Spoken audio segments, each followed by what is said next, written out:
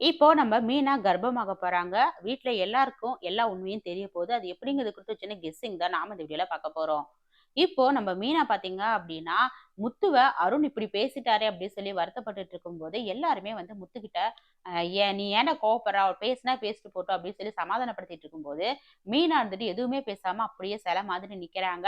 அப்ப எல்லாருமே "ஏம்மா இன்னைக்கு கிருஷ வந்து தத்தெடுத்துக்க ஒத்துக்க மாட்டேங்கிற? என்ன காரணம்? சொல்லு சொல்லுன்னு" சொல்லி நம்ம ஸ்ருதி, அண்ணாமலை எல்லாருமே வந்து ஃபோர்ஸ் பண்றாங்க. ஒரு கட்டத்துக்கு மேல வேற வழி இல்லாம, நம்ப மீனா வந்து சொல்றதுக்கு வாய எடுக்குறாங்க. அப்போ திடீர்னு பார்த்தீங்கன்னா, நம்ம மீனாக்கு வாமிட் வர மாரி இருக்கு. ஓடி போயி வாஷ் பேஷன்ல போய் வாமிட் பண்றாங்க.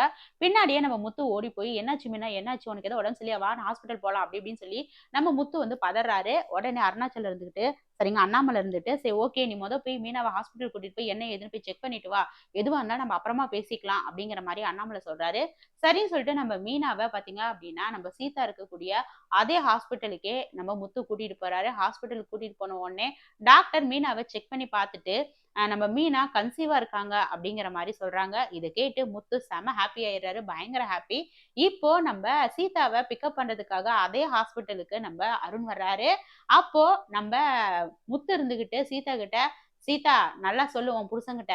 நானும் ஆம்பள தான். என் பொண்டாட்டி கர்ப்பமா இருக்கா. நானும் அப்பா ஆயிட்டேன்." அப்படிங்கிற மாரி ரொம்ப தெனாவட்டா பார்த்தீங்கன்னா, நம்ம முத்து பேசிட்டு அங்கருந்து கெளம்புறாரு. அப்போ நம்ம மீனாவும் வந்து, "என்ன இருந்தாலும் என் புருஷன பத்தி நீங்க அப்படி பேசியிருக்க கூடாதுன்னு" சொல்லி திட்டிட்டு போயிடுறாங்க.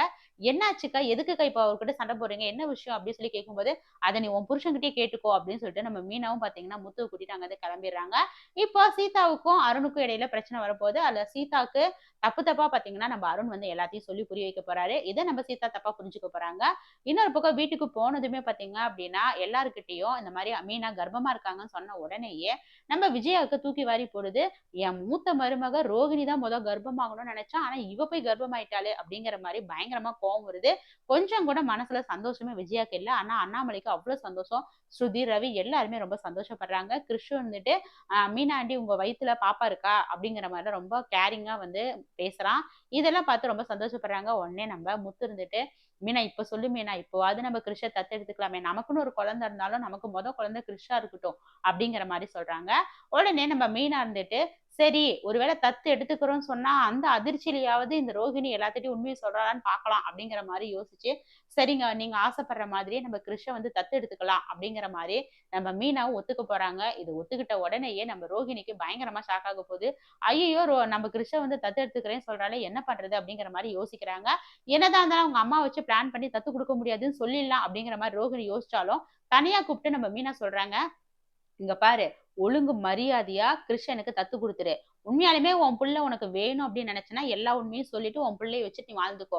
அப்படி இல்லங்கிற பட்சத்துல கிருஷ்ணனுக்கு இனிமே எனக்கு தான் பையனா இருப்பான் அப்படிங்கிற மாதிரி வந்து நம்ம மீனா வந்து நம்ம ரோகிணிய மிரட்ட போறாங்க.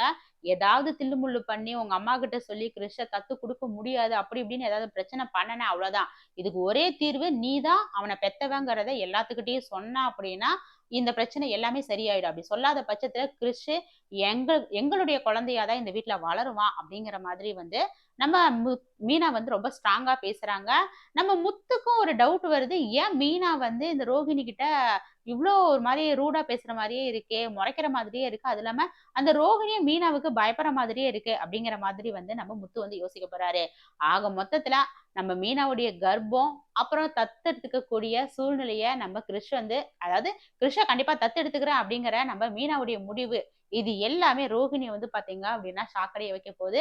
நம்ம ரோகிணிய வாழ்க்கையவே வந்து இது புரட்டி போட மாரி தான் இருக்க போது. ஆனா, நம்ம ரோகிணி வந்துட்டு இதுக்குமே அசராம, சரி பரவால்ல நம்ம கண்ணு முன்னாடி தானே நம்ம பையன் வளர்றான், பாசமா தானே வளர்றான், இருந்துட்டு போட்டும். டைம் வரும்போது நான் சொல்றேன் அப்படிங்கிற மாரி அப்படியே ரோகிணி பார்த்தீங்கன்னா, ட்விஸ்ட் அடிச்சிட போறாங்க. ஸோ அடுத்த கட்ட கதைகளும் இப்படியெல்லாம் தான் நகரும் அப்படின்னு சொல்லி நினைக்கிறீங்களா? வேற எந்த மாரி கதைக்களம் போகும் அப்படிங்கிறது குறித்த உங்களுடைய கருத்துக்கள மறக்காம கமெண்ட் பண்ணுங்க.